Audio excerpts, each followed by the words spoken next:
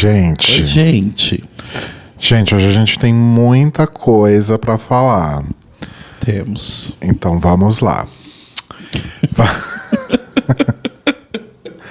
Vamos começar com dois documentários que a gente assistiu.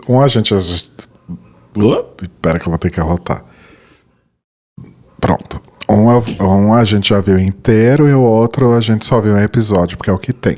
Exato. Né? Na semana passada, nós começamos a assistir o documentário da Sussa. A Sussa. A Sussa. A Sussa, mãe da Sassa.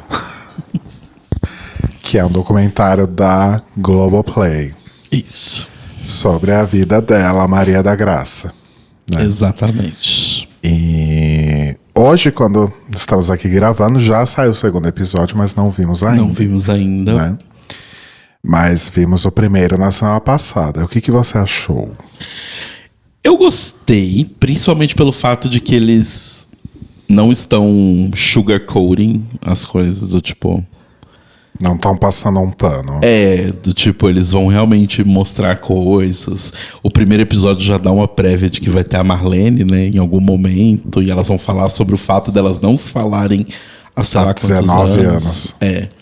Tem até um momento que a Xuxa fala, né, que elas estiveram juntas por 19 anos e estavam há 19 anos sem se falar. Exato. O que é meio impressionante, assim. Vem cá, Pesto. Vem cá, Pesto.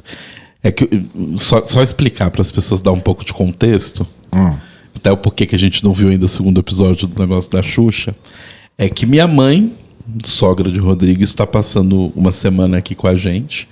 Veio finalmente conhecer a nossa casinha nova. Sim. E... Bom, a gente não tá vendo as nossas séries, né? A gente tá saindo com ela e tudo mais. E ela tá assistindo as coisas dela. As séries, as novelas turcas dubladas que ela vê na Netflix, enfim. Gostos e gostos, né? Mas então, por isso nós assistimos. E aí o Pesto está aqui nervoso, porque ele quer ir lá com a avó dele. Mas ele vai ficar aqui, né, Pesto? Enquanto isso, Carbonara corre dela como o diabo corre da cruz. Exato. Porque ele é muito antissocial. Mas enfim, voltando ao documentário da Xuxa. Mas isso eu tô um pouco empolgado, assim. O que eu fiquei um pouco pensando é que, assim, o primeiro episódio foi muito rápido. No sentido de ele cobriu muitas coisas da vida da Xuxa, né? Sim. Tipo, ele tá quase chegando no Planeta Xuxa, que é uns 10 anos aí de carreira. Mas é que eu acho que o documentário, pelo que eu percebi, pelo que falou aí do próximo episódio, do segundo, no caso, né? Ele não vai seguir necessariamente uma linha do tempo. Eu acho que ele vai falar, cada episódio ele vai falar de aspectos da vida da Xuxa. Então, o primeiro falou um pouco sobre a carreira televisiva dela desde a época da Manchete, como que ela chegou na Manchete para fazer um programa. Sim. Né? Basicamente porque ela era namorada do Pelé. E porque ela era bonita, ponto. E fazia... Falaram, essa menina é bonita, bota ela com as crianças ali. E fazia muita foto, né? Ela era modelo, né? Então ela fazia propaganda, fazia catálogo, revista, essas coisas. E era namorada do Pelé. Sim.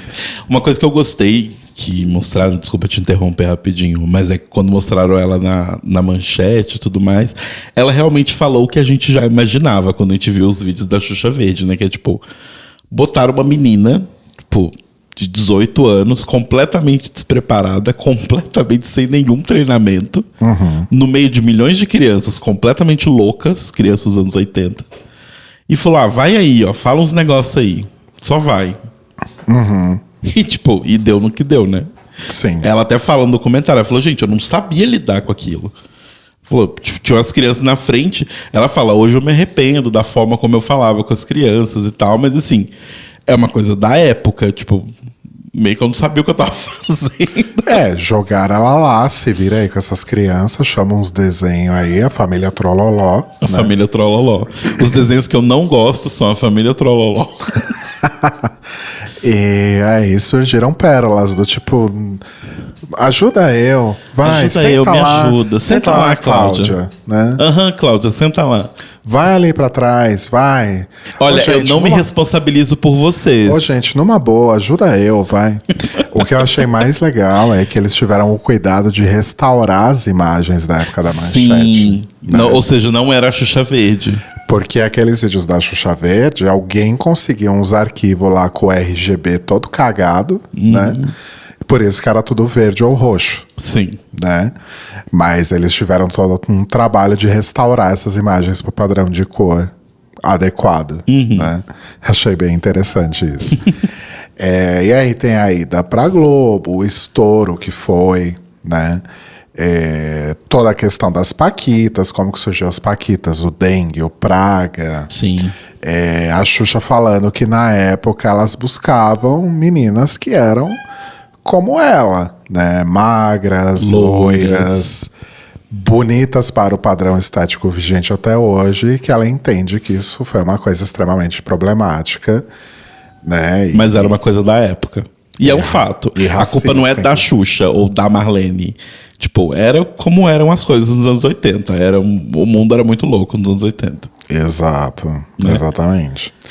E aí eu acho que o segundo episódio ele já fala de outras coisas. Ele vai falar de carreira internacional. Vai falar da polêmica do filme de pornô chanchada que ela fez. Do Amor Estranho Amor, do Walter Hugo Cury, que ela aparece...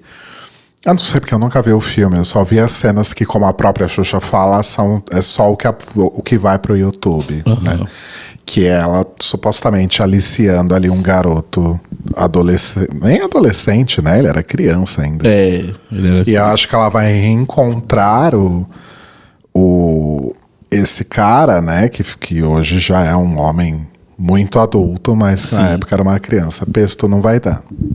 Pestou? Não, meu amor. Continua aí que eu vou dar um jeito nele. Mas eu gostei do tipo deles não estarem, tipo, tratando como se fosse nada, sabe? Eu acho que eles estão falando das coisas, estão trazendo questões que todo mundo sabe que são problemáticas. Obviamente não tem resolução, tipo o fato das paquitas. Todas as paquitas eram meninas loiras de 13 anos que estavam sendo contratadas para trabalhar, sendo basicamente segurança da Xuxa. Porque tinha uma manada de criança maluca de um lado e a Xuxa do outro. E o trabalho das paquitas era fazer o que a Xuxa não conseguia fazer quando ela era sozinha lá na Manchete, né? E que ela passava essa raiva de ficar, senta lá, ajuda eu. As paquitas eram basicamente para ser essa pessoa, para ficar conversando e falar. Tanto que o Rock, que estudava comigo na faculdade, o Antônio Roque, ele tinha uma história que quando ele era criança, ele foi no Xuxa Park, e aí uma paquita, eu não lembro se ele lembrava qual era a paquita, mas não vou contar aqui porque eu não lembro qual era. Se ele especificava, eu não lembro. Que ela deu um beliscão no braço dele e falou, fica quieto, gordinho. Gente, que horror. Sim. Porque também eram pessoas que também não tinham o menor... Não tinham nem... Eram crianças também. Tipo, só eram crianças maiores. O público ali devia ter 6, 7, 8 anos. E elas tinham 13, 14, 15. E aí você põe criança pra cuidar de criança, vai dar merda em algum momento, né? Sim. E aí o cara do cenário falando que é tipo... a gente fazia uns cenários que era tipo, sei lá, um carrossel. Ou seja, ele foi feito com uma função, que é as crianças sentar e rodar. E aí, de repente, você piscava e tinha uma criança embaixo do carrossel, pronta para o negócio passar em cima da cabeça dela. Ou era uma gangorra e aí você piscava e tinha uma criança pendurada 10 metros do chão. Ou Imagina então, a desgraça que devia ser esse programa. Então, sei lá, quebrava um cenário. Quebrava um cenário, precisava reconstruir. Mas esse negócio da paquita foi muito engraçado, das paquitas foi muito engraçado, porque, na verdade... O que você tá rindo? Eu lembrei, as paquitas me disseram que você gosta de sair. Por que você não aproveita e sai logo daqui? Que, na verdade, era a paquita, né? Não tinha aquela coisa do uniforme de fanfarra e tal. Sim. Era uma menina, que era a Andréia Veiga, né? Que foi ali a primeira a ser contratada ainda na época da Manchete, porque a Xuxa não dava mais dando conta. Sim. Não tava mais dando conta daquelas crianças enchendo o saco. E aí tinha o Paquito, que era um papagaio, né? Tipo um Louro José fantoche. prejudicado. Como disse a Xuxa, muito antes do Louro José, em Ana Maria, né? Ela tinha o Paquito, que não sobreviveu à transição para Globo. E aí veio a Paquita, que era uma garota com uma roupa normal, assim, com uma roupa da Pacalolo, sabe? Sim. E aí, quando vai pra Globo, entram essas outras garotas, e aí vem a coisa do uniforme e tudo mais. Sim. Não, e realmente aí mostra, tipo, a coisa loucura que era meninas querendo ser Paquita, né? Então, tipo, sei lá, eles falam um negócio de um concurso que teve, que, tipo, eles estavam, sei lá, tinha 4 vagas. E tinha 5.000 crianças. E tinha 5.000 meninas se inscreveram, sabe? Né? Tipo, era uma coisa bem absurda, realmente. Sim. E aí acho que agora vai desenrolando isso. Acho que cada episódio vai ter uma temática em particular. Vamos ver se vai falar de Ayrton Senna também, né? Eu acho que ela pode. Acho que a Galisteu que não pode ter nenhuma ligação com a Ayrton Senna. Não pode. Tanto que acho que no filme do Ayrton Senna... Não pode falar isso. Não pode falar sobre isso. A gente tem umas informações privilegiadas que a gente não pode compartilhar a pedido da pessoa que nos passou essas infos. Mas enfim, voltando. Ignora que isso aconteceu. Mas qual foi a sua relação com a Xuxa? Então, eu assistia Xuxa sempre, todos os dias. Eu não peguei essa fase especificamente, eu peguei mais pra frente, assim. Tipo, quando eu era criança e assistia Xuxa, tipo, as Paquitas já eram uma instituição, assim. Tipo, elas já eram adultas. Então eu lembro delas adultas, tão adultas quanto a Xuxa. Uhum. E aí eu lembro, tipo, que tinha o disco das Paquitas, que era só um disco das Paquitas mesmo. Sim. E eu lembro mais ou menos da época que entrou a Bombom, que foi na época do Planeta Xuxa. Uhum. Que era o programa para adultos da Xuxa, né? E eu lembro para jovens adultos, né?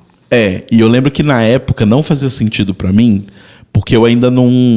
Sei lá, eu era criança, não tinha associado ainda aquela questão do ao vivo gravado, que é o que a gente faz hoje no podcast, por exemplo. Uhum. É ao vivo, a gente não corta, a gente vai falando, mas é gravado porque a gente solta depois, obviamente. Sim. E os programas da Xuxa eram assim. Só que quando eu era criança, eu achava que era ao vivo. E eu falava, gente, nossa, a Xuxa não fica cansada? Porque ela tem de manhã, ela tem um programa. Começa lá 8 da manhã e vai até meio-dia com criança. Uhum. Aí depois eles tiram todas aquelas crianças, mudam o cenário inteiro, botam uns adultos, e aí ela vem e faz outro programa de 2 horas. Coitada, sabe? Que empolgação.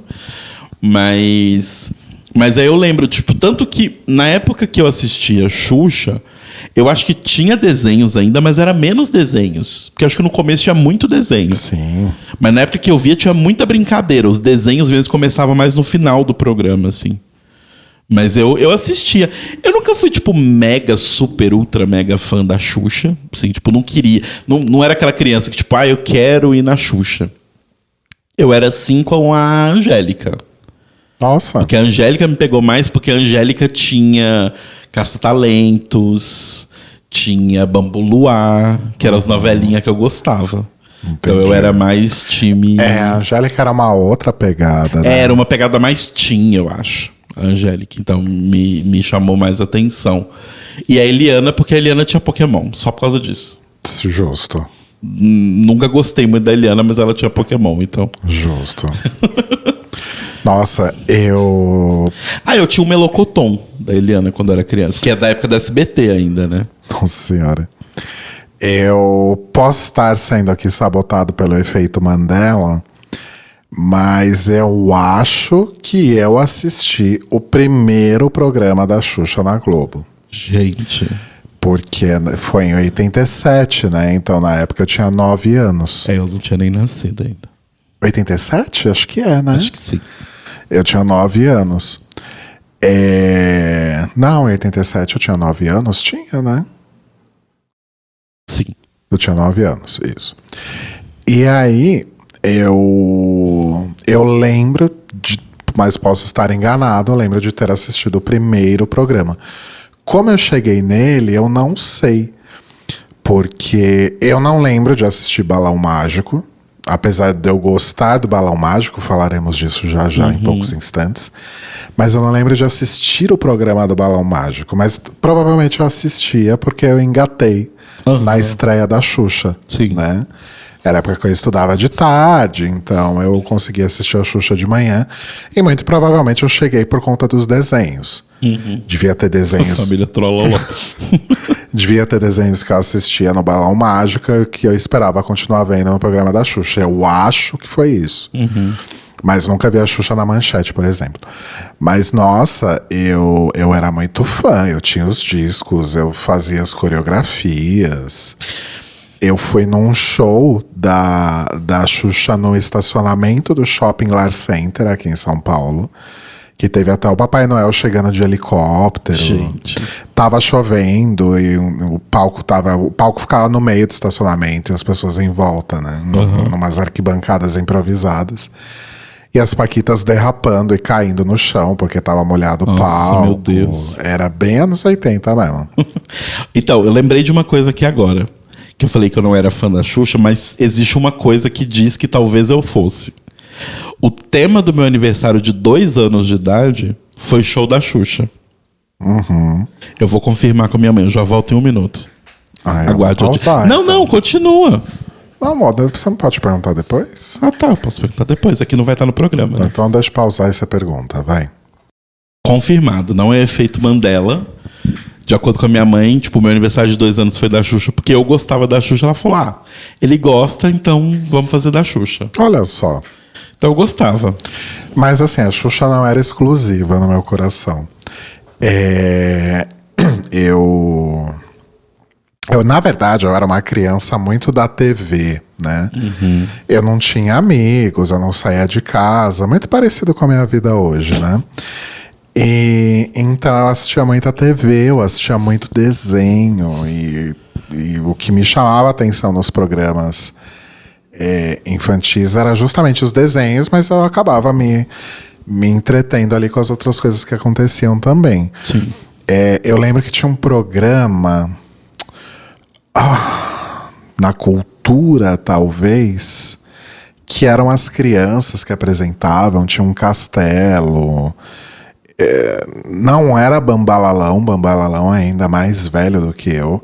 Era alguma coisa intermediária ali. E também era por causa dos desenhos. E também não era Castelo Rá-Tim-Bum. E não era Castelo Rá-Tim-Bum, porque Castelo Rá-Tim-Bum é lá pra frente. Né? Eu já não peguei a fase Rá-Tim-Bum, Castelo Rá-Tim-Bum, nada do tipo.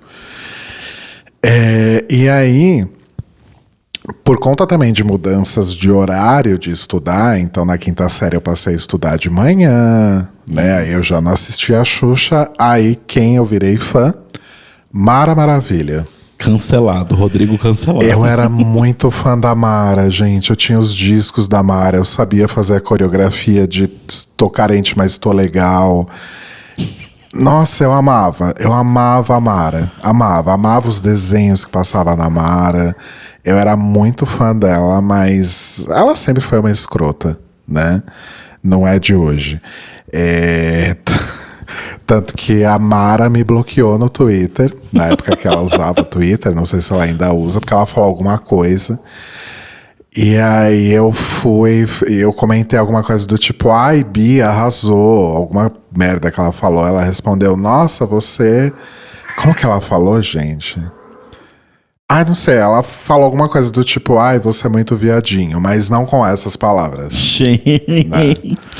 E aí em seguida ela me bloqueou. Enfim, ela é uma pessoa horrível, né? A Mara Maravilha é uma pessoa horrorosa. Mas quando eu era criança, eu gostava. Eu acho que eu tive um disco só dela. Nem sei se ela teve mais de um disco, mas tinha Tô Carente, Mas Tô Legal, que acho que era o grande hit dela. Nossa, acho que eu nunca ouvi essa. E tinha uma cover de esse tal de rock and roll da Rita Lee, que é quase tão boa quanto a da Rita Lee. Sério. É muito bem feita e muito bem produzida. E eu sempre achei que a Mara cantava melhor que a Xuxa. Eu sempre achei que ela cantava melhor. Sim, porque ela cantava efetivamente, a Xuxa não, né? E ela era cantora de fato. Ela acabou fazendo TV, essas coisas, porque ela era caloura, cantora lá na cidade dela. Se não me engano, ela começou no show de calouros do Silvio Santos e acabou ganhando um programa. Mas, nossa, eu era muito fã da Mara, mas eu sei o quão problemática ela é, né? Sim. E acho que o único contato que eu tive com a Angélica foi o Passa ou Repassa. Na época que ela bem apresentou, depois. A época que ela apresentou o Passa ou Repassa. Mas eu nunca vi nada da Angélica. Não, pera. A Angélica apresentou a Passa ou Repassa do SBT? Opa! Por muito tempo. Ah, é verdade. Tive muito contato com a Simone também, que ela fez o Do, Ré, Mi, Fá, Sol, La, Simone, que era um programa de calouros para crianças, e aí depois ela foi substituída pela vovó Mafalda. Bozo, né? Tive muito contato com Bozo também. Nossa, então, Bozo não... A minha infância foi muito de televisão mesmo, porque tudo que eu fazia era ver televisão. Eu assistia muita TV, mas eu acho que eu não tinha... Na época que eu comecei a ver TV, ainda tinha muita questão das apresentadoras, mas era uma coisa muito da manhã, né? Então, tipo, o horário de criança na TV, assim, era de manhã, e eu estudava de manhã, eu sempre estudei de manhã. Então eu não via o programa da Xuxa, por exemplo, durante a semana, eu só via no sábado. E também na sua época de criança, de TV da manhã, acho que já nem era tanto Xuxa, né? Tipo, criança que eu digo, você já devia ter mais de 10 anos. Que é quando começa a TV Colosso. TV Colosso eu me lembro. Depois vem TV Globinho, sim, que foi o último programa infantil da Globo, né? Sim, mas teve muitos antes. Então, isso que eu tô falando, porque teve a TV Colosso, aí teve o Caça-Talentos da Angélica, aí teve o Bambu Luar. Mas Caça-Talentos era de tarde, não era? Não. Era de manhã? Era na hora do almoço ali. Bambu Luar também era nesse horário. Essa fase Angélica na Globo eu não peguei, não. Então, eu assistia bastante. E aí, finalzinho de tarde, tinha coisas no SBT, Chaves, desde aquela época já passava.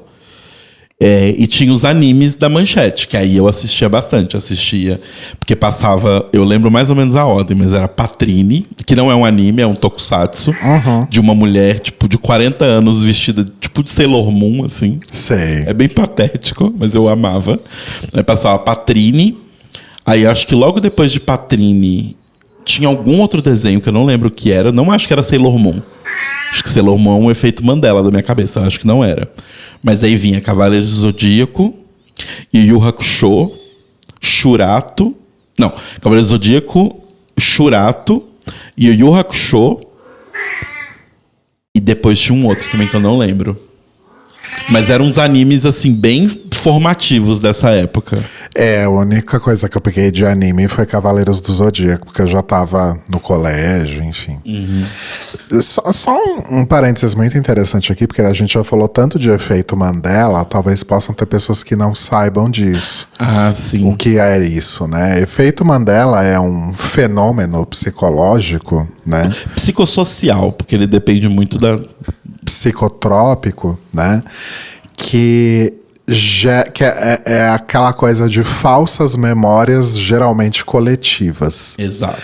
Eu acho que o exemplo mais famoso de efeito Mandela é o que dá nome ao fenômeno, né? Que todo mundo achava que o Nelson Mandela tinha morrido. E que tinha assistido o velório dele na TV. E ele só foi morrer, tipo, muitos anos depois. Sim. Acho que do Brasil, talvez o efeito Mandela mais famoso que a gente conheça é que todo mundo fala que Dragon Ball Z, o episódio de Dragon Ball Z que o Freeza explode na Mekuzei, foi parado no meio por causa do ataque das Torres Gêmeas. Só que nessa época não passava Exato. Dragon Ball Z. Esse é o mais famoso aqui no Brasil. Sim. Então é isso, é um fenômeno de memórias fabricadas. Eu nunca tive esse efeito Mandela porque quando aconteceu o negócio das Torres Gêmeas, eu estava de manhã. Então eu lembro de chegar da aula, normalmente, o horário que eu chegava, e aí eu ia assistir meus desenhos e tal, e tava o meu padrasto sentado no sofá, tipo, assistindo, o Vaguinho. Na época ele tava sentado no sofá assistindo assim a TV e, tipo, chocado. O que aconteceu? Ele, não, teve um ataque terrorista nos Estados Unidos e tal. E aí, tipo, gente, como assim? Eu tinha, tipo, 11 anos, né? Então eu tava, what the fuck? Eu tava trabalhando já. O Rodrigo já tava botando dinheiro em casa. Exato. Mas aí a gente vai pro próximo tópico relacionado a isso, que é o documentário do Balão Mágico. Que aí, pra mim, teve zero... Não zero, vai, porque as músicas eu ouvia.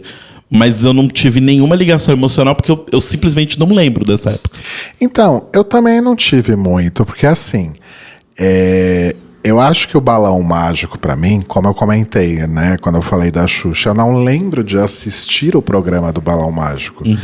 Tanto que tem muitas cenas do programa no documentário, né? E eu não lembrei, aquilo não me trouxe nada. Então eu tenho, no da Xuxa, muito pelo contrário, né? Eu me vi ali, né? Me vi na frente da TV assistindo aquilo quando eu era criança. E o Balão Mágico, não. Eu acho que o Balão Mágico, pra mim, foi uma coisa mais de música. Sim. Porque eu sempre fui uma pessoa muito musical, né? Exato. E um dos meus primeiros discos que eu tenho, inclusive até hoje, tá aí pelo meio, é o Balão Mágico 2, que é o que tem Super Fantástico. Que é o da capa, que é um balão laranja horroroso. E os recortes das fotos das crianças ali no balão. Que acho que é o primeiro com o Jairzinho, talvez. Sim. O segundo é o primeiro com ele. E assim, eu tenho esse até hoje. E eu tive o do Carrossel, que já é sem o Toby, é com o Ricardo. Que vinha um cheque da Caixa Econômica Federal de, sei lá, um valor simbólico 5 mil ali. cruzeiros. Pra você abrir uma poupança. Eu nem sei se isso foi feito. Mas se foi também, o Collor confiscou em 92. Então esse dinheiro... não adiantou muita coisa. Esse dinheiro não existe mais. Então, pra mim, o Balão Mágico sempre foi uma coisa musical mesmo, assim. Eu nunca... Não tive muitos laços afetivos também, mas o documentário é muito bom. Então, o Balão Mágico, pra mim, entra numa categoria... Gente, vamos lá, vocês vão ver agora um pouco como a minha mente estranha funciona, tá? Vocês vão ter um pouco da vivência do que é ser o Rodrigo, que é meu marido, que às vezes eu faço umas referências e ele simplesmente se perde. Pra mim, o Balão Mágico existia, até esse documentário, num lugar na minha mente que é meio o lugar que Grease existia até um tempo atrás. Por quê? Grease é um filme que conta uma história que se passa nos anos 60. Porém, foi filmado com atores nos anos 80. Certo. Só que pra mim sempre foi muito estranho posicionar Grease numa linha temporal das coisas, justamente por causa dessa confusão dos anos. Então eu nunca soube exatamente onde é Grease. Tipo Napoleão também. Eu nunca na escola aprendi exatamente onde fica Napoleão. Então, Balão Mágico, eu sempre tive essa sensação, porque era assim, tipo... foi algo que existiu antes de eu nascer e tá aí, esse disco. Mas ninguém nunca... Tipo, eu nunca soube exatamente onde estava. Tipo, se era muito tempo atrás, se era muito depois. Porque eu lembro... A memória que eu tenho da Simone era ela já adulta... Tipo, num programa do Domingão Legal, Domingo Legal. E, tipo, indo no presídio e tudo mais. E, assim, pra mim ela era uma mulher adulta. E aí falava, a estrela do Balão Mágico, Simone. Eu falava, tá. Pra mim a memória mais próxima da Simone, mais antiga, na verdade, da Simone, é o do Ré Mi Fá Sol La Simone, que era o programa de calouros dela. Eu não faço a menor ideia do que foi isso, por exemplo.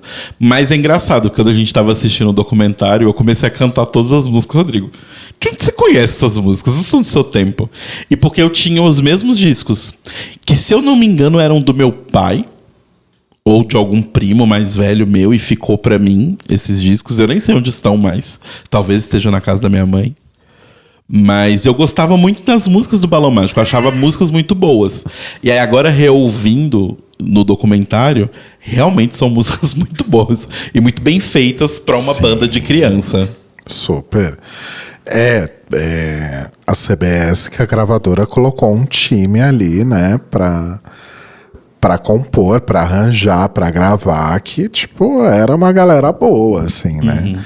Tem entrevistas do principal compositor de letras, né, pro Balão Mágico, que o cara meio que se acha um pouco, né? É. Ele acha que ele escreveu grandes obras-primas. Não, e ele acha que assim, sem ele, nada daquilo teria acontecido. Amigos, são músicas boas, né? Enfim, fizeram história, mas não é nenhum... Não, e o tamanho que foi Balão Mágico não precisava nem de música bem feita, desculpa. Não é nenhum Paul McCartney, a louca, né? Enfim... Não é nada de muito absurdo, mas ok.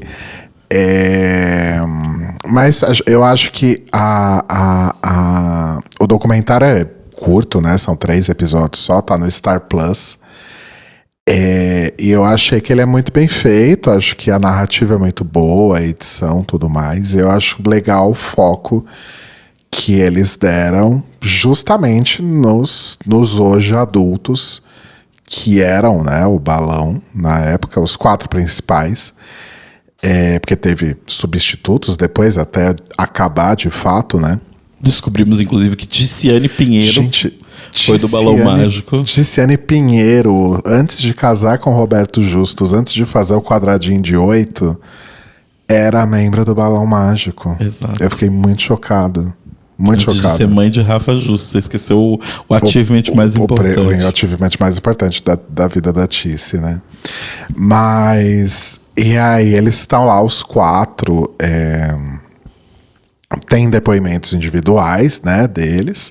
De várias pessoas que tiveram contato com eles naquela época. Tem até Pepeu Gomes, Baby do Brasil, Mara Maravilha, né?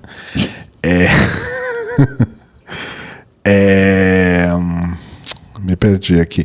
E aí tem eles também, tipo, numa mesa redonda, né? Os 4 juntos, lembrando de coisas, falando de coisas e tal. Eu fiquei um pouco chocado com o Mike Biggs. Tanto quando ele era criança, tanto como agora ele adulto. Porque ele é uma pessoa... expansiva. Muito eloquente, né? Ele fala bem, ele fala coisas interessantes. Mas quando ele começa falando sobre ele no programa, dá muito pra entender o porquê que ele seguiu esse caminho. Porque se ele não tivesse seguido esse caminho de ser uma pessoa eloquente, de ser essa pessoa que entra numa sala e ocupa o espaço da sala todo, acho que ele realmente não teria conseguido sobreviver. Porque, como ele fala, ele era filho de uma prostituta com um ladrão.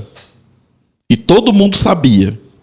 Na imprensa, todos os jornais lembravam ele o tempo inteiro. O seu pai é um ladrão que casou com a prostituta que é a sua mãe. Então ele precisava meio que ser essa pessoa pra ele ser mais importante do que o pai e a mãe, sabe? Porque senão ele ia ser pra sempre o filho do ladrão e da puta. Ele teria vivido, porque o pai dele é uma figura muito icônica, né? Na história, digamos assim, porque é um cara que assaltou um trem, é um inglês que assaltou um trem em Londres, fugiu pro Brasil e viveu no Brasil até quase próximo da sua morte. Exato. E ia em programas de TV contar essa história, né? Que é o Ronald Biggs, né? O assaltante do trem pagador de Londres. Então, o Mike estava fadado a ser a sombra do pai. Sim. Né? Então faz super sentido isso que você falou. A Simone, é muito triste a história dela, né? Porque ela, até hoje, ela deve estar com uns 40 e tanto, quase 50 anos, né? Sim. Até hoje, ela vive essa coisa da memória que as pessoas têm daquela menininha frágil, bonitinha, divertida e engraçada, né? Até hoje. Tanto que a partir do momento que ela cresce, que ela se torna uma mulher adulta, ela sofre muito porque tudo que ela faz é julgado sob esse viés do tipo, nossa, mas aquela menininha do Balão Mágico posou nua, aquela menininha do... Nossa, tá difícil falar hoje. Aquela menina do Balão Mágico casou com um presidiário, que absurdo. Pessoas são casadas com presidiários, gente, superem. Sabe, E tem o outro grande mérito da Simone, que foi gravar aquela versão de Primeiros Erros do Kiko Zambianchi, que é clássica. né? Tá aí pau a pau com esse tal de rock and roll da Mara Maravilha.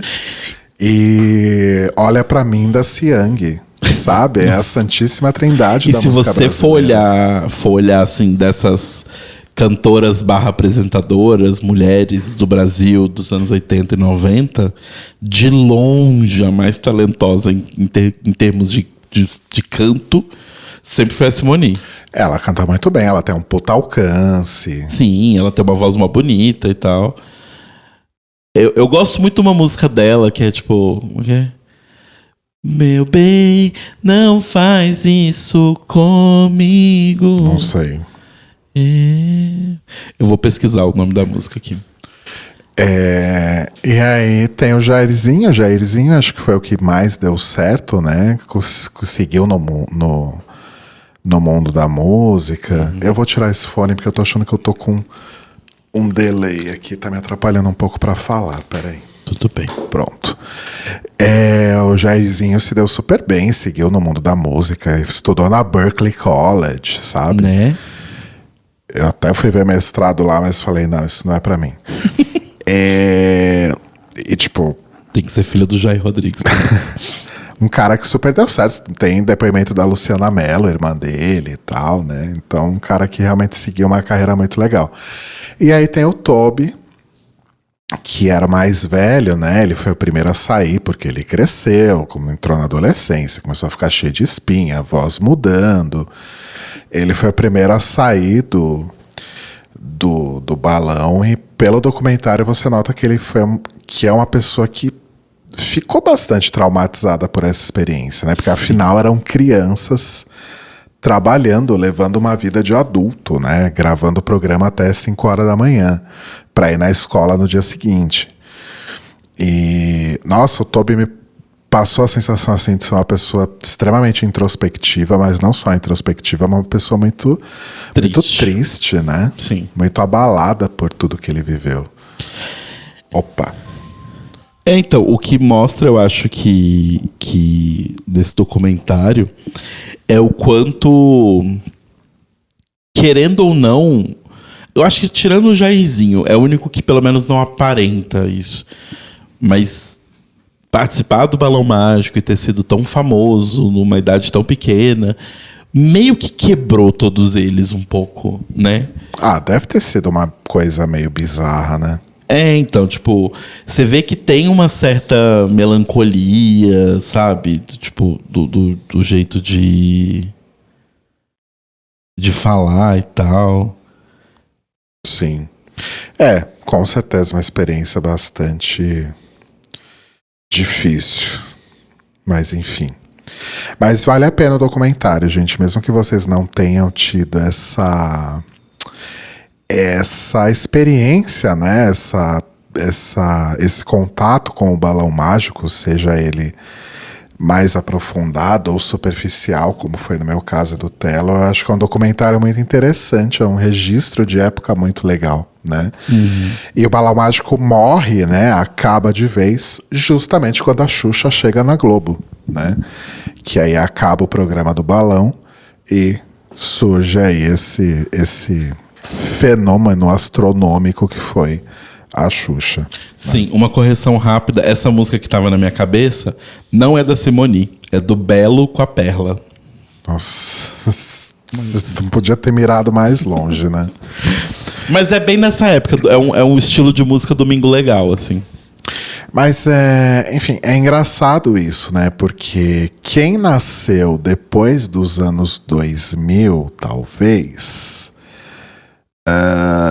acho que depois dos anos 2000 não teve muita essa experiência dessas personalidades midiáticas da TV brasileira, especificamente de público infantil. Não tem mais essa coisa da apresentadora de programa infantil, não tem essa coisa do grupo musical infantil, porque assim, tinha o Balão Mágico, mas tinha o Trem da Alegria, Menudo.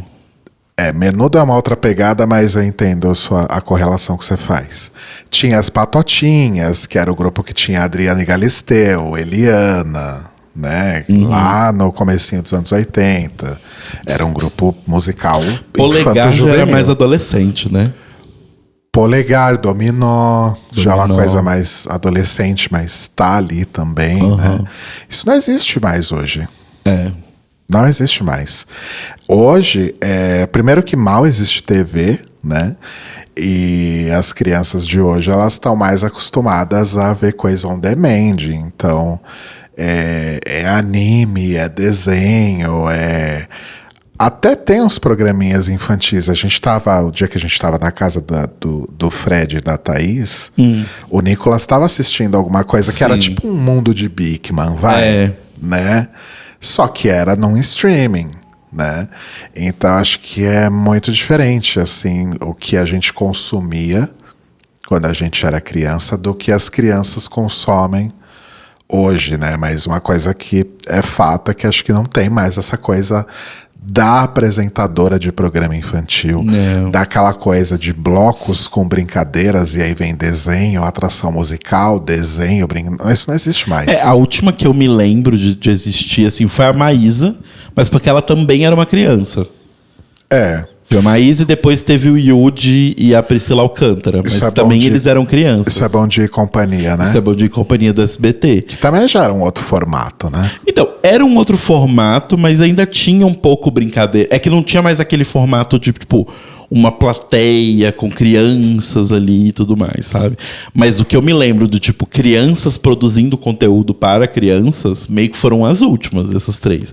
O Yudi, a Maísa e a Priscila Alcântara. Depois eu não acho que teve mais, assim. Aí tem coisas muito específicas, só que eu acho que muda a categoria porque eu acho que são coisas mais teatrais.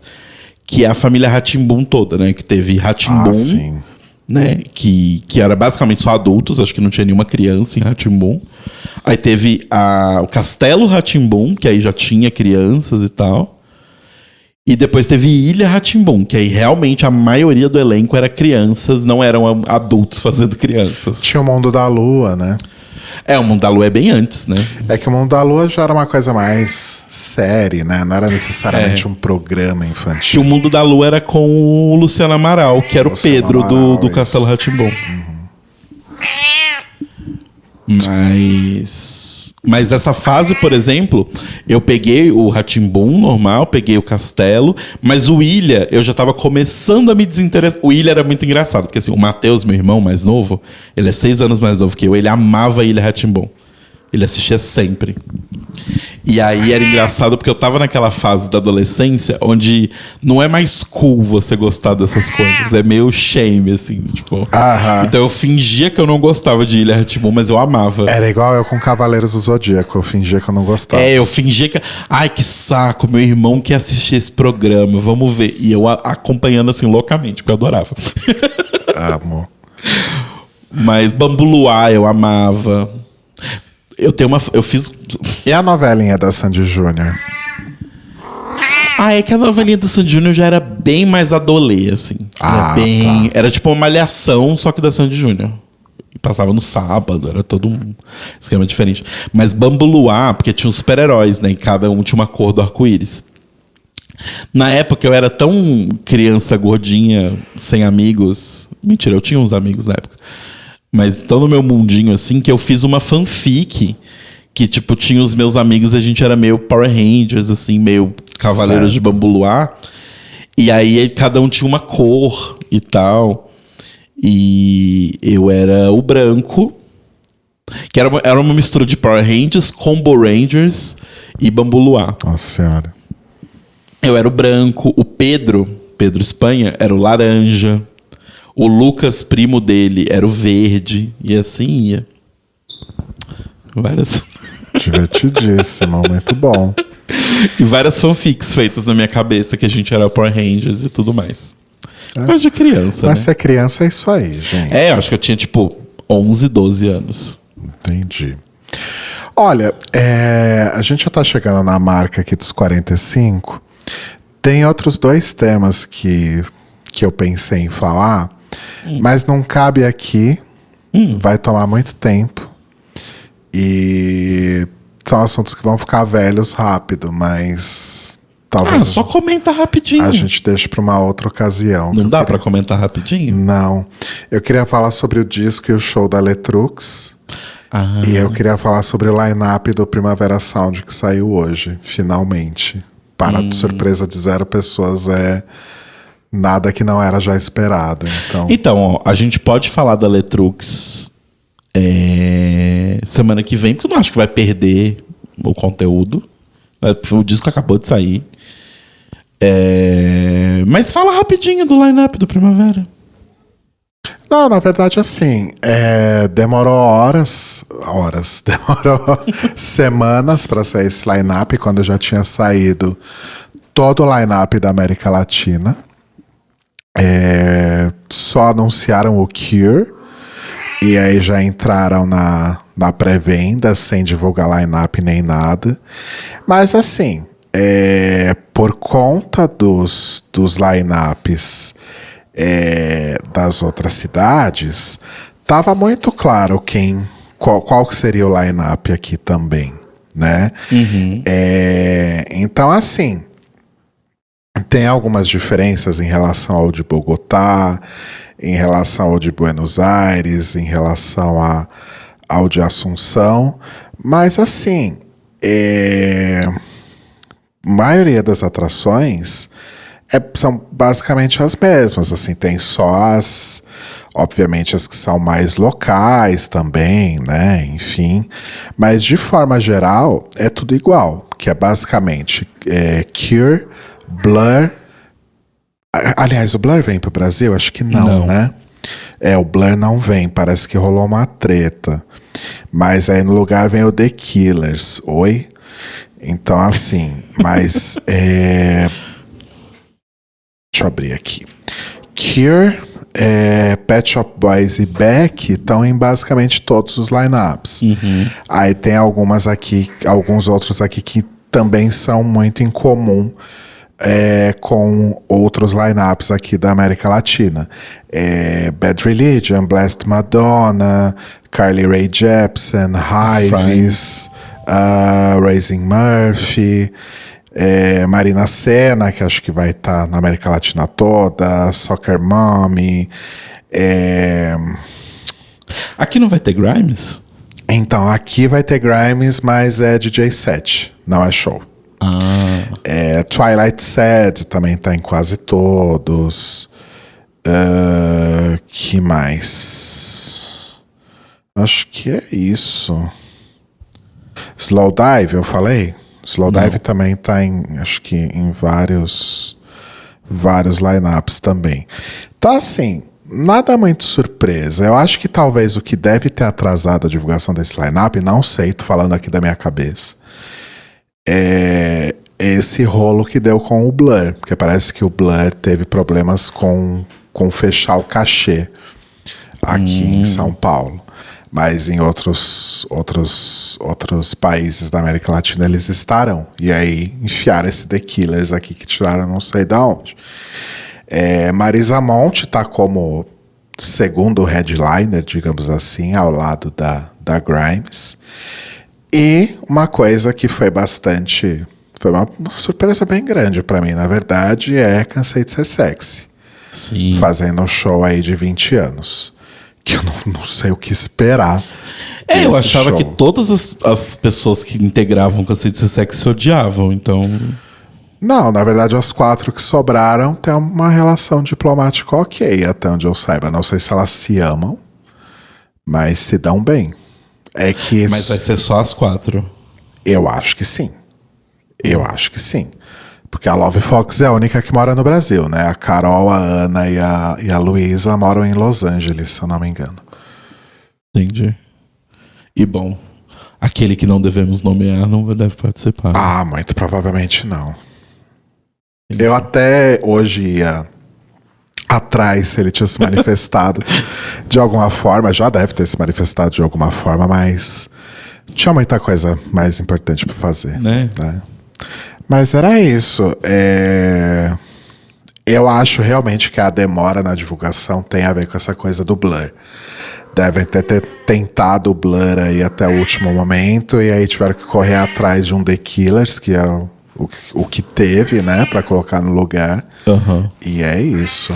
Mas estranho isso da Grimes ser só DJ set e não ser show também, né? Então, quem me contou isso foi a nossa querida Maria Lua. Me contou não, eu vi nos stories dela. Ela foi fuçar, né, porque inclusive a gente já tinha tido uma conversa antes que ela queria muito ver a Grimes. E que se não viesse pra São Paulo, ela tentaria até ir pra Assunção ver o show. E aí ela foi atrás pra se informar melhor e descobriu que é um DJ set. O de Assunção também. De Assunção não sei, mas o daqui de São Paulo é um DJ set. Então, achei curioso. Enfim. Fazer o quê? Mas eu me interessei pelo Cure, eu me interessei pela Carly Rae Jepsen. By Emotional no iTunes. Eu me interessei pelo Cansei de Ser Sexy. Eu me interessei pela Soccer Mommy. O show da Raising Murphy deve ser legal. Sim. Enfim. Imagina se a Carly traz a tia. Nossa, vai ter Metric, agora que eu vi Sim, aqui. vai ter Metric. Chocado. Eu já vi show do Metric, eu acho. Enfim. Imagina se ela traz a nossa tia pra cantar com ela a música. Quem você tá falando? Gente. Montauk. Não, de quem você tá falando trazer a tia? Da Carly J. Jepsen. Imagina se ela traz a nossa tia. A tia que canta Montauk. O Rufus Wainwright? Rufus Wainwright. Por que ela faria isso? Ela tem uma música com ele. É? Que é o último single gigantesco dela. Olha só, sabia não. Sim. Era isso, gente. Então, assim, semana que vem eu estarei viajando. Eu entro de férias nessa sexta agora, dia 20. Solta a bomba aí. Vou... Buzina. Que bomba, menino. Buzina? Vou tirar uma semaninha só. As férias de verdade são em novembro, né? Mas fiquem sossegados, porque assim que a gente der o stop aqui, a gente já começa a gravar um episódio que vai ao ar semana que vem, com um tema muito especial. Exato. Podemos contar, né? Não, deixa as pessoas esperarem. Então tá bom. Você estraga muito. Você não sabe criar... Você não sabe criar cliffhanger. Nossa, hoje eu tô muito difícil pra falar. Mas é que a pior forma de criar um cliffhanger é falar, vem aí. E não falar a menor ideia pras pessoas do que é que vem aí, né? Não, mas elas vão ficar curiosas mesmo assim. Então tá bom. Então tá, vamos ver, gente. Adeus. Onde desliga? Boas férias, amor. Obrigada.